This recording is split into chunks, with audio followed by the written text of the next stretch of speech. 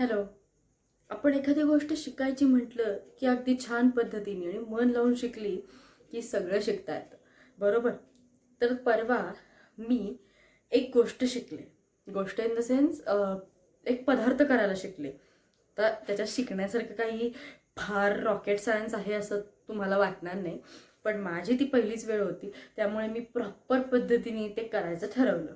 माझ्या आईचा वाढदिवस होता, हे निमित्त होतं, म्हणजे एक कारण. आणि त्याचसाठी मी घरगुती केक तयार केला होता, म्हणजे स्वतः माझ्या हाताने. तर आता तो केक तयार करण्यासाठी मी अशी कल्नरीचा कोर्स वगैरे केलेली मुलगी नाही. मला स्वयंपाक येतो करता, पण असं केक वगैरे करणं या गोष्टी आयुष्यातल्या पहिल्यांदा होत्या. मग मी काय केलं, यूट्यूबला केकची रेसिपी शॉर्ट्स वगैरे बघितले आणि त्या पद्धतीने सगळं सामान घरी जे होतं ते एकत्र काढून भांड्यात त्यांनी सांगितल्याप्रमाणे सगळं सामग्री, सगळं साहित्य, सगळं एकत्र करायला सुरुवात केली. हां, थोडीशी तारांबळ उडाली की हे कुठं आहे ते कुठं आहे, मग टीस्पून म्हणजे काय आणि टेबल स्पून म्हणजे काय यातला फरकही थोडासा समजायला वेळ गेला. पण बाबा होते मदतीला, त्यामुळे ते होऊन गेलं. मग ते करत करत करत करत हळूहळू हळूहळू मी जवळपास सगळं बॅटर तयार करून घेतलं.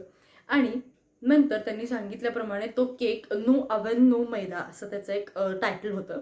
सो मी नो अवन हे करण्यासाठी तो पॅनमध्ये ते भांडं जे बॅटर होतं ते भांड्यात केलेलं ते पॅनमध्ये ठेवलं आणि लो हीटवरती गरम करायला ठेवलं. सो ते झालं वगैरे आणि एक 60 मिनिटांनी वगैरे ते काढायचं होतं. मी तो केक काढला आणि तो असं सगळा फुटला, असा त्याला चिऱ्या पडल्यासारख्या झाल्या.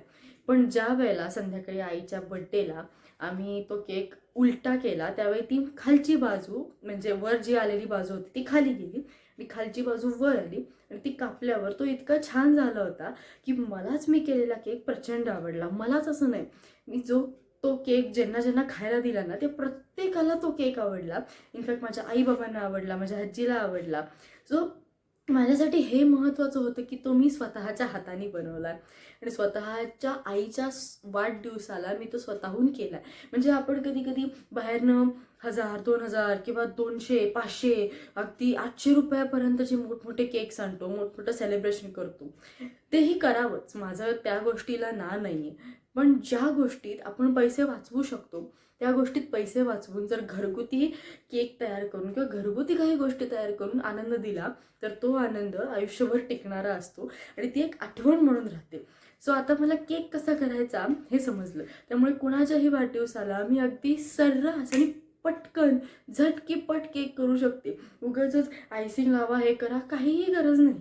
विदाऊट आयसिंग सुद्धा केक छान लागतो, हे आता मला परवाच्या मी केक केल्यामुळे कळलं.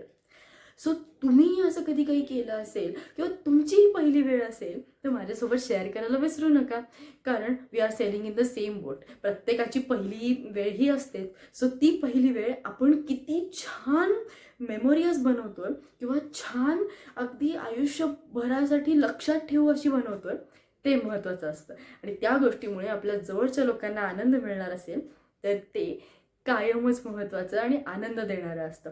सो पुढच्या विषयात पुन्हा भेटू, तोपर्यंत मी केक खाते. बाय.